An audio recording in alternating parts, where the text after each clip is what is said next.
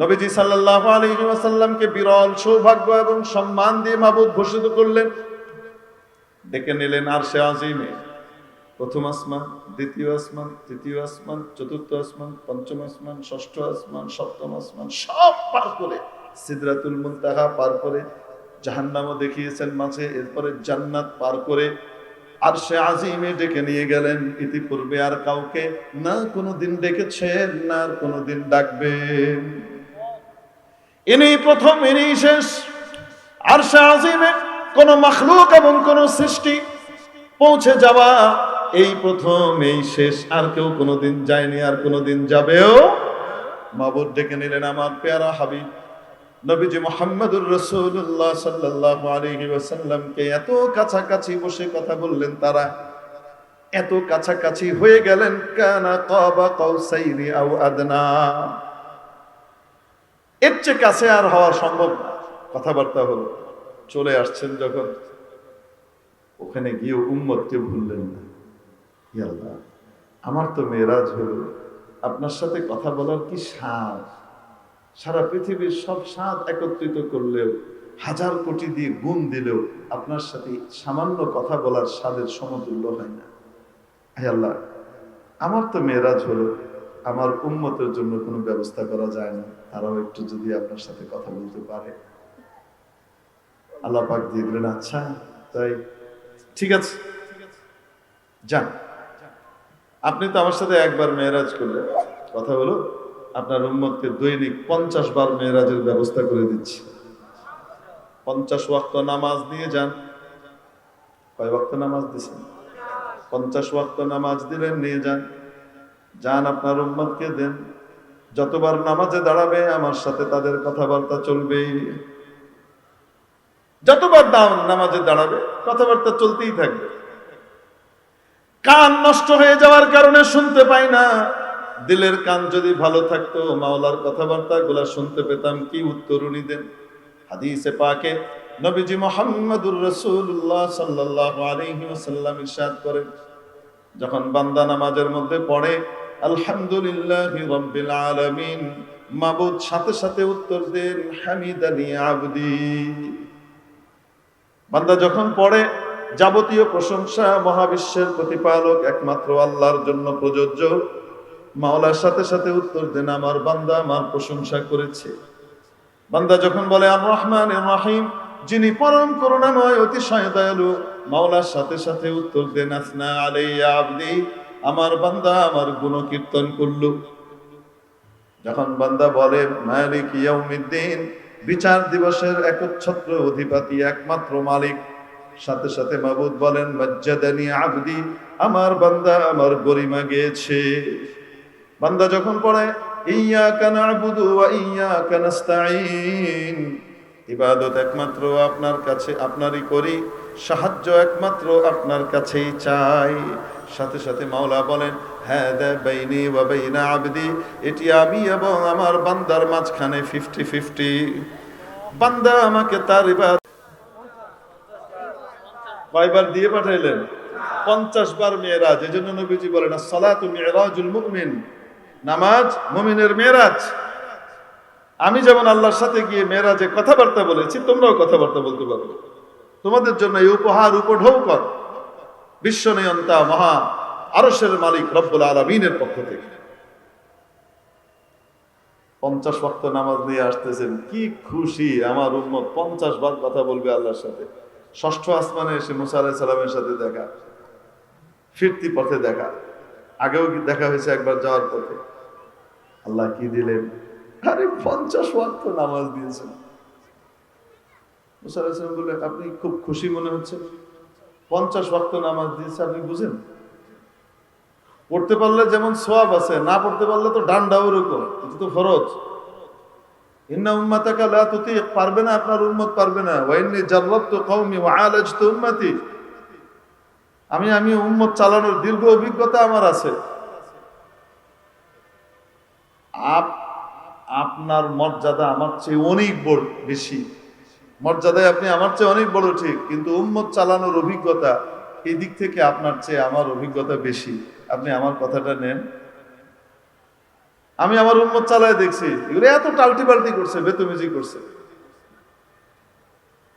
পারবে না 50 ওয়াক্ত, আপনার উম্মত অনেক দুর্বল, কমিয়ে আনে। নবীজি গেলেন, আল্লাহ 5 কমিয়ে দিলেন, রইল কত? মুসা আলাইহিস সালামের সাথে ফিরতি পথে আবার দেখা, আবার যান, আবার পাঠাইছে, ইন্না উম্মাতাকা লা তুতি, পারবে না যান। এইভাবে 9 বার পাঠাইলেন। কয়বার? প্রতিবার আল্লাহ কত করে কমান? তো 5 নং কত কমলো? রইল কত? হারা ধনের 10টি ছেলের মতো আর কি, রইল বাকি কত? 5। এই 5টি নিয়ে এবার মুসা আলাইহিস সালামের সাথে আবার দেখা। মুসা দেখে পারবে না, আরে আপনি আবার যান, কমায় আনেন। নবীজি বলেন, ইন্নী আস্তাহি, আমার লজ্জা করছে আল্লাহর কাছে, আর যাই কেমনে, প্রতিবার 5 করে কমাইছে, এইবার গেলে বাকি 5 আছে, হেডে লইলে আর থাই কি, আমার লজ্জা করছে। আচ্ছা ঠিক আছে, যান। এখন রাসূল সাল্লাল্লাহু আলাইহি ওয়াসাল্লাম 5 নিয়ে রওনা দিয়েছেন। জমিনে এখনো নামেননি, আসমানের এরিয়া পার হচ্ছেন, উপর থেকে আওয়াজ আসছে, প্রিয় হাবিব, ও আমার প্রিয় হাবিব, আপনার উম্মতকে জানিয়ে দিলেন 50-এর পরিবর্তে 5 দিলাম। এই 5 যদি কেউ ঠিক মতো, সময় মতো, গুরুত্বের সাথে আদায় করে, আমি তাকে 5 নয় 50-এরই সওয়াব দিয়ে দিব। ভালোবাসার দ্বিতীয় ধাপ হলো কথাবার্তা বলা, মাবুদ দিয়ে দিলেন নামাজ। ভালোবাসার তৃতীয় ধাপ খরচ করা, আল্লাহ পাক দিয়ে দিলেন যাকাত। খরচ করো আমার বান্দা, আমার দেখানো পথে খরচ করো, যেখানে বলেছি সেখানে দাও। যাকাত যে কোনো জায়গায় মন চাইলে দেওয়া যায় না, আল্লাহ যেখানে নির্ধারণ করে দিয়েছেন সেখানে দেওয়া যায়, ঠিক কিনা? মসজিদে যাকাত দেওয়া যায় না, বিল্ডিং বানানোর জন্য যাকাত দেওয়া যায় না। যাদেরকে যাকাত দিতে হয় তাদেরকে যাকাতের মালিক বানিয়ে দিতে হয়। উপযুক্ত লোককে কি দিতে হয়? মালিক বানাইতে হয়। অর্থাৎ আপনি যাকাতের টাকা দিয়ে টেলিভিশন চ্যানেল খুললে যাকাত আদায় হবে না, বুঝে নিয়েন। এরকম উল্টা পাল্টা মাসলাওয়ালা আছে না নাই আমাদের দেশে? আছে। যাকাতের টাকা দেন, আমরা টেলিভিশন চ্যানেল খুলে দিন ইসলাম প্রচার করে উল্টে ফেলবো। আসলে তো উল্টায় তুমি আগেই ফেলাইছো। যাকাতের টাকা দিয়ে কখনো কি টেলিভিশন চ্যানেল এগুলো করা যায়? কে মালিক হবে? যাকাতের টাকার মালিকটা কে হবে টেলিভিশন চ্যানেলে? বলেন, হবে কেউ? যাকাতের টাকা দিয়ে মাদ্রাসার বিল্ডিংও বানানো যাবে না, যাকাতের টাকা দিয়ে মাদ্রাসার শিক্ষকের উস্তাদের বেতনও দেওয়া যাবে না। যাকাত আদায় হবে না। তাহলে হুজুর আমরা যে মাদ্রাসায় দিই কি হয়? আমরা মাদ্রাসায় আপনারা যেগুলা দেন সেগুলা দিয়ে ওখানে যে গরিব ছেলে পেলেরা পড়ে তাদের খাবার দাবার, কাপড় চোপড়, তাদের বিভিন্ন সুবিধাদের ব্যবস্থা করা হয়, তাদেরকে ওগুলো মালিক বানায় দেয়, তারা খায়। বোঝাতে পারি নাই মনে হয়? মাওলানা পাক দিয়ে দিলেন যাকাত, আমার রাস্তায় খরচ করো 2.5%, আমি যেমনি কই ওই জায়গাতে দাও। বাকি 97.5%-এর মধ্যে থেকে সব পেটে বইরো না, সেটা অপশনাল, তুমি সেখান থেকেও দান করবা। আমার সাথে তোমার মায়ার মহব্বত যত বাড়বে তুমি তত বেশি দিবা। সাধ্য অনুপাতে মাওলার রাস্তায় খরচ করবো তো ইনশাআল্লাহ। এটা গেল। মহব্বত যখন 4র্থ ধাপে পৌঁছায় তখন খাওয়া দাওয়া বন্ধ করে দেয়, মনে আছে না নাই? মাওলানা পাক দিয়ে দিলেন রমজান মাসের রোজা, সিয়াম সাধনা দিয়ে দিলেন, রাখো বান্দা আমার জন্য উপোস থাক। যে যাকে ভালোবাসে না তার দোষগুলোও তার কাছে কি হয়ে যায়? আরেক গুণ হয়ে যায়। বুঝেন নাই মনে হয়? দুজন মানুষ বসে আছে, একজন আরেকজনের শত্রু, হঠাৎ গন্ধ পাওয়া গেল, তো বলতেছে মরা গরু খায়া ছাড়ছে এনে। কাকে বলতেছে? পাশের লোক তো তারা পছন্দ করে না, যেহেতু তার সামান্য একটুখানি, খুব বেশি না গন্ধ, কিন্তু ওই গন্ধে বলে যে মরা গরু খেয়ে আইছে, দেখ ভাল লাগে না। আর পাশের দোস্ত বয়ে রয়েছে, গন্ধের চোটে থাকা যায় না, সে একবার জানালা খুলে আরেকবার ফ্যান ছাড়ে, মানে যে ছাড়ছে সে বলে আরে এগুলো করার দরকার কি, না তেমন কোনো গন্ধই নেই, ঠিকই আছে। কেল্লিগা হের কাছে এটা মিষ্টি মিষ্টি লাগে, হ্যাঁ দোস্ত যে এর লিগে। বুঝেন নাই মনে হয়? যে যাকে ভালোবাসে তার দোষগুলোও তার কাছে কেমন লাগে, গুণ মনে হয়। একজন পদ্মা ব্রিজ বানাইছে, খুব ভালো, আমরা বলি গুণের কথা। কেউ কর্ণফুলী টানেল বানালো, খুব চমৎকার ভালো কাজ করেছে। এক্সপ্রেসওয়ে বানিয়েছে, বড় চমৎকার ভালো কাজ করেছে। আবার শুধু ক্ষমতার গদিটাকে টিকিয়ে রাখবার জন্য তাহাজ্জুদি সিস্টেমে রাতে ভোট সেরে ফেলছে। এটাও কি ভালো না? এটা খারাপ, এটা খারাপ। আচ্ছা, আবার মনে করেন শুধু ক্ষমতার চেয়ারটা আঁকড়ে রাখার জন্য মাত্র 20-22 দিনের ভিতরে 1,500-এর উপরে নিজের জনতাকে হত্যা করেছে, 22,000-এর উপরে মানুষকে আহত করে হসপিটালে ফেলে দিয়েছে। কোনো অনুশোচনাও নাই। তো এই কাজগুলা কি ভালো না খারাপ? আসতে বলেন। যেটা মন্দ সেটা মন্দ, যেটা ভালো সেটা ভালো। আমাদের কি করা উচিত? যেটা ভালো সেটা ভালো বলবো, যেটা মন্দ সেটা নাকি না। দেখবেন যারা নাকি হেতিকে ভালোবাসে, হ্যাঁ, হেতি কিন্তু তাদের মুখে বাতাস ছেড়ে দিয়ে গেছে গাউড়িয়া, কিন্তু তারপরেও সেখানে গন্ধ পাচ্ছে না, ঘ্রাণ পাচ্ছে। হেতিকে যারা ভালোবাসে তারা দেখবেন এই 1,500 মানুষের হত্যাকাণ্ড এবং 20-22 হাজার মানুষের আহত হয়ে যাওয়া, এটা কেউ জাস্টিফাই করবার জন্য চেষ্টা করবে, এটা কেউ ভালো বলবার জন্য চেষ্টা করবে, আছে না নাই? মনে রাখবা, কবরে কোনো হাসিনাও কাজে আসবে না, কবরে খালেদা জিয়াও কাজে আসবে না, কবরে এরশাদ সাহেবও কাজে আসবে না, কবরে কেউ কাজে আসবে না। কবরে কিন্তু তোমার নিজের আমল নিয়েই তোমাকে যাওয়া লাগবে। কবরে তোমার আল্লাহ কাজে আসবে, কবরে তোমার রসুলের মহব্বত কাজে আসবে, তোমার কোরআনের মহব্বত কাজে আসবে, নবীর ওয়ারিসদের ভালোবাসা কাজে আসবে, দিনদারদের ভালোবাসা কাজে আসবে। আল্লাহিল্লাহু ইয়াউমাইদিন বা'দুহুম লিবা'দিন আদুউন ইল্লাল মুত্তাকিন। অবাস্তব না বাস্তব? তো যাই হোক, বলছিলাম কেউ কাউকে যখন খুব ভালোবাসে তখন কি করে, তার দোষগুলাও তার কাছে কি লাগে, গুণ মনে হয়, ভালো লাগে। ফার্সিতে একটা কথা আছে, ফার্সি বাংলা মিলিয়ে আমাদের ছেলেপেলেরা কইতো যখন ফার্সি পড়তো, দোস্ত আগের আগার শব্দটা বললাম না, মারে তো গন্ধ না বাসা, এরকম শব্দ কইতো। আমি উচ্চারণ করলাম না, সব উচ্চারণ করা যায় না। যাই হোক, মেরে মুহতারাম দোস্ত, যখন মানুষ রোজা রাখে, দুপুর পার হয়, পেটটা খালি, খালি স্টমাকের কারণে কথা বললে মুখ থেকে এক ধরনের গন্ধ বের হয়, হয় কিনা? এজন্য সচেতন মানুষ কি করে, একটু দূরে থেকে কথা বলে যেন সামনের ভাইয়ের কষ্ট না হয় আমার পেটের মুখের গন্ধ দিয়ে। এই গন্ধটা মুখের গন্ধ নয়, এটা রোজা রাখার কারণে খালি স্টমাক থাকার গন্ধ, ঠিক কিনা?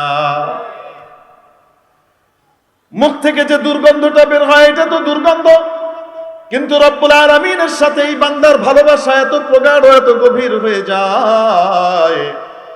নবীজি সাল্লাল্লাহু আলাইহি সাল্লাম বলেন, লাখালুফু ফামিস সাইমি আতয়াবু ইনদাল্লাহি মিন রিহিল মিস্ক। রোজাদারের মুখের যে দুর্গন্ধ তার পেট খালি থাকবার কারণে বের হয়, আল্লাহর কাছে এটা মৃগনাভির সুঘ্রাণের চাইতেও অধিক সুঘ্রাণ যুক্ত হয়। মাওলানা পাকের কাছে এটা অনেক বেশি প্রিয় হয়, কারণ মহব্বত আর ভালোবাসা তৈরি হয়ে গেছে। রোজার কারণে মানুষের সাথে মাওলার মহব্বত এমন হয়, মাবুদ বলেন, আস-সাওমু লি ওয়া আনা আজজি বিক। রোজা একমাত্র আমার জন্য হয়, রোজার বিনিময় আমি আল্লাহ নিজে দিই। হুজুর, নামাজ কি আল্লাহর জন্য? যাকাত কি আল্লাহর জন্য? হজ কি আল্লাহর জন্য? শুধু রোজাটাই আল্লাহর জন্য, এটা কি বললেন? আল্লাহ পাক বলেন যে রোজা আমার জন্য, তার মানে কি অন্যগুলা কি অন্য কারোর জন্য? একটু পার্থক্য আছে। সেটা কি? অন্যগুলা বাহির থেকে দেখে বোঝা যায় এই আমল করছে, নামাজ বাইরে থেকে দেখা যায়, হজ বাইরে থেকে দেখা যায়, তওয়াব বাইরে থেকে দেখা যায়, সাই বাইরে থেকে দেখা যায়, দান খয়রাত বাইরে থেকে দেখা যায়, কি যায় না? কিন্তু রোজাদারকে দেখে বোঝা যায় না সে রোজাদার, ঠিক কিনা? পিপাসায় বুকের ছাতি ফেটে যাচ্ছে, কেউ দেখে না, কেউ নাই, 2 ঢোক পানি পান করলেই হয়ে যায়। নির্জনে একাকী আছে, তারপরেও এক ফোঁটা পানিও সে মুখে দেয় না, কারো মহব্বতে। এটাই মাবুদ বলে না, সাওমুলি, রোজা শুধু আমার জন্য হয়, ওয়া আনা আজজি বিহি, রোজার বিনিময়ে আমি আল্লাহ নিজে তাকে দিব। অর্থাৎ সমস্ত আমলের বিনিময় আল্লাহ পাক ফয়সালা করবেন, ফেরেশতারা বুঝিয়ে দিবেন, আর রোজার বিনিময় আল্লাহ নিজে দিবেন। সুবহানাল্লাহ। রোজার বিনিময় কে দিবেন? আল্লাহ পাক নিজে দিবেন। অন্য রিওয়ায়াতে আছে, ওয়া আনা উজজা বিহি, রোজার বিনিময়ে আমি আল্লাহ তার হয়ে যাব। বুঝে আসে না এটা? সুবহানাল্লাহ, আস্তে বুঝে। খলিফা হারুনুর রশিদের একটা কালী বাদী ছিল, দেখতে শুনতে তেমন সুশ্রী না, বেসকি মার্কা কালী। কিন্তু হারুনুর রশিদ এই বাদীকে খুব প্রায়োরিটি দিতেন, তার কথাবার্তা খুব শুনতেন, গ্রহণ করতেন, প্রায়োরিটি অনেক বেশি দিতেন। তো আমত্ত বর্গের ভিতরে, সাংসদ মন্ত্রীবর্গের ভিতরে কথাবার্তা চলে, কানাঘুষা চলে, চোখাচুকি করে। বাদশার রুচি সব জায়গাতে এত ফার্স্ট ক্লাস, আনপ্যারালাল রুচি, এত সুন্দর রুচি সব কিছুতে। এই জায়গাতে এসে রুচিটা হুঁচুট খেলো কেন? এই কালি বাঁধের ভিতরে পাইছে এটাকে একটু রুকুশি টুকুশি হলে একটা কথা ছিল, এটার ভিতরে কি পাইছে? বাদশাহ এদের চাহনি দেখে বুঝে ফেলেছেন এরা মনে হয় এই বিষয়টা নিয়ে একটু আলোচনা সমালোচনা করে। উনি করলেন কি, ট্রেজারারকে ডাকলেন, ওনার যে খাজানচি আছে তাকে ডাকলেন, ডেকে বললেন, কানে কানে বললেন, শোনো, এখানে যে কয়জন মানুষ আছে খাজানা থেকে এই পরিমাণে সোনা দানা হীরা জহরত মণি মুক্তার এক একটা করে স্তূপ বানাবা। যেই কয়টা লোক আছে কমপক্ষে ওই কয়টা স্তূপ বানাবা দরবারে, আর অতিরিক্ত আরো কিছু স্তূপ রাখবা, যেন কেউ চাইলে অপশনাল হিসেবে নিতে পারে, অপশন থাকে যেন বানিয়ে দেয়। এইরকম উঁচু করে ঢিবি করা হয়েছে, সোনা দানা হীরা জহরতের দরবার হল চারিদিকে সাজিয়ে ভরা হয়েছে। এনারা সবাই চিন্তা করছেন কি ব্যাপার, এখানে কি জুয়েলারি মেলা হবে নাকি, এক্সপো হবে নাকি? এরপরে দেখে বাদশাহ হঠাৎ বলছেন, শোনো, তোমাদের উপরে আমি বড় প্রীত হয়েছি, খুব খুশি হয়েছি, আজকে তোমাদেরকে অনেক পুরস্কার দিতে চাই, যেন তোমাদের জীবনে আর কোনোদিন পেছন ফিরে তাকানো না লাগে, তোমাদের বংশ পরম্পরায় খেতে পারো। যাও, এখানে যে যেটার উপরে হাত রাখবে সেটা তার। আমার এই দরবার শেষ হওয়া পর্যন্ত এই ঘোষণা বলবৎ থাকবে, যে যেটার উপরে হাত রাখবে সেটা তার। সবাই উঠে গিয়ে পছন্দ মতো একটার উপরে হাত রেখেছে। আর ওদিকে ওই কালীবাদী সে চুপচাপ বসে আছে। তো এরা আলাপ করছে, এটা বাইরে যেমন ভিতরেও তেমন, কিছু নেই, বোধায় রাম কোথাকা। আরে এরকম অপরচুনিটি কি কোনোদিন আসে নাকি? এরকম গোল্ডেন অপরচুনিটি কোনোদিন আসে নাকি? দারুণ চান্স দিছে, আর সে এগুলা না নিয়ে কি করতেছে, চুপ করে বসে রয়েছে। এক উপস্থাপিকা বিল গেটসকে প্রশ্ন করেছিলেন, তখন বিল গেটস সবচেয়ে বড় ধনী ছিলেন পৃথিবীর, এখন আছে কিনা জানি না, আপনি পৃথিবীর সবচেয়ে বড় ধনী কিভাবে হলেন? প্রশ্ন। তো উনি তার এই প্রশ্নে এত খুশি হয়েছেন, উনি ওনার ওয়ালেটের ভিতর থেকে একটা চেক বের করছেন, চেক বের করে দিয়ে বলছেন, এটা একটা এক্সক্লুসিভ চেক, আপনি এটার মধ্যে যে অঙ্ক বসাতে চান বসিয়ে নেন, যদি অঙ্কে জায়গা না হয় যেই সংখ্যা আপনি লিখতে চান লিখে নেন, বিলিয়ন হোক ট্রিলিয়ন হোক, যত ডলার আপনার দরকার আপনি লিখে নেন, এটা আপনার হয়ে যাবে। আমি আপনার ইয়েতে খুব খুশি হয়েছি। ওই মহিলা তো মাথা খারাপ হয়ে গেছে, কি কয় না কয়, আমার পরীক্ষা হচ্ছে মনে হয়। তো সে কি করলো না, দিল, একবারই দিল, লিখে নেন। তো বলছে, না না না স্যার, দরকার নেই, আপনি আমার প্রশ্নের উত্তর দিলেই আমি খুশি হব, আমাদের দর্শকরা খুশি হবে, প্রীত হবে। আচ্ছা ঠিক আছে, আমার প্রশ্নের উত্তরটা দেন। উনি আবার চেকটা দিলেন, নাও লিখে নাও। ওই মেয়ে বললো, it's nice of you sir, দরকার নাই, রেখে দেন স্যার, আমার উত্তরটা দিলেই আমি প্রীত হব, খুশি হব। উনি আবার দিলেন, সে আবারও এরকম অপলজি করে ফিরিয়ে দিল, ভদ্রতা দেখিয়ে। চতুর্থবার যখন আবার প্রশ্ন করেছে, আপনি শুধু এই উত্তরটা দেন, আপনি সবচেয়ে বড় ধনী কিভাবে হলেন? উনি বললেন, এভাবেই হয়েছে, যেভাবে আপনি হাতছাড়া করলেন। আপনাকে আমি তিনবার পৃথিবীর অন্যতম সেরা ধনী হবার অপরচুনিটি দিয়েছি, আপনি একটা বারও কাজে লাগাতে পারেন না। আপনি যদি আমার দেয়া এই অপরচুনিটিকে কাজে লাগিয়ে লিখে ফেলতেন, আপনি যাই লিখতেন, আজকে আপনি এই চ্যানেলের উপস্থাপিকা না, আপনি এরকম কয়েকটা চ্যানেলের মালিক হতে পারতেন। আপনার কথায় হাজারো উপস্থাপিকা ঘুরত, কিন্তু আপনি সেই গোল্ডেন চান্সকে হাতছাড়া করেছেন। অপরচুনিটি আপনাকে দেওয়া হয়েছিল তিনবার, আপনি নেননি। আর আমি বিল গেটস জীবনে কোনো সময় অপরচুনিটি আর চান্স পাইছি, আমি কোনো সময় ছাড়ি নাই। এইভাবে আমি পৃথিবীর সবচেয়ে বড় কি হয়েছে, ধনী হয়েছে। বুঝাতে পেরেছি? কি সুন্দর। কিয়ামতের দিনও ধনী হতে হলে ওই ব্যক্তিরা সবচেয়ে বড় ধনী হবে যারা নেকির চান্স পাওয়া মাত্র নেকি করে ফেলে, নেকি ছাড়ে না। নেকি যত ছোটই হোক ছাড়বো না, গুনাহ যত ছোটই হোক করবো না, এই নীতিতে যারা চলে তারা কিয়ামতের দিন সেরা ধনীতে পরিণত হবে। তো এখন ওই যে মন্ত্রীরা আলোচনা করতেছে নিজেরা, এই বান্দি এটা বাইরেও কালা ভিতরেও কালা, বুঝবুদ্ধি কিচ্ছু নাই, এরকম চান্স কেউ হাতছাড়া করে? তো বাদশাহ বলছে নাই, তুমি কিছু নিলে না? তো সে পাল্টা প্রশ্ন করে, আমিরুল মুমিনিন আমাকে একটু বলেন, আপনি যে ওয়াদা করেছিলেন, প্রতিশ্রুতি দিয়েছিলেন, সেটা কি সঠিক? সঠিক মানে কোন প্রতিশ্রুতি? এই যে যেটার উপরে হাত রাখবে সেটা তার। হ্যাঁ অবশ্যই, এই দরবার শেষ হওয়ার আগে আগে যে যেটার উপরে হাত রাখবে সেটা তার, অবশ্যই সঠিক। বাঁধি উঠে ওই ধন সম্পদ যেখানে আছে ওগুলার দিকে না গিয়ে উল্টো দিকে যাচ্ছে, মানে আসলেই বোকা। উল্টো দিকে গিয়ে পিছন দিকে হেঁটে এসে বাদশার মাথার উপর হাত রেখেছে। এখন সবার চোখ খুলে গেছে।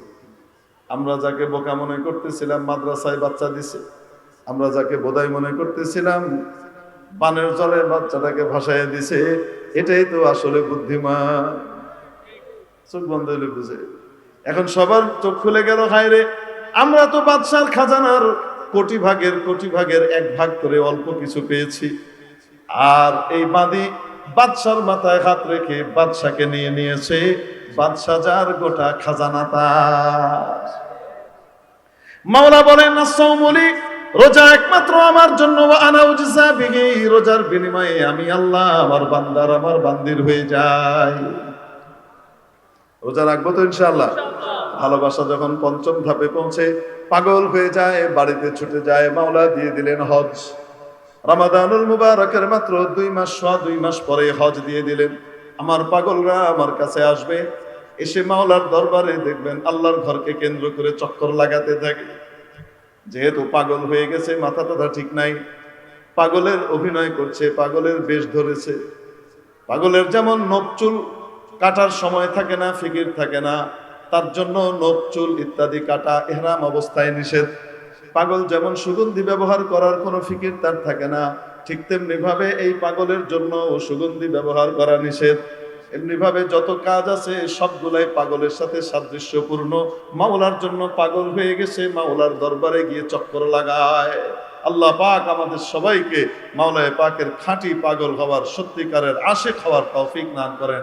ওয়া আখিরু দাওয়ানা আলহামদুলিল্লাহি রাব্বিল আলামিন। আসসালামু আলাইকুম ওয়া রাহমাতুল্লাহি ওয়া বারাকাতুহু।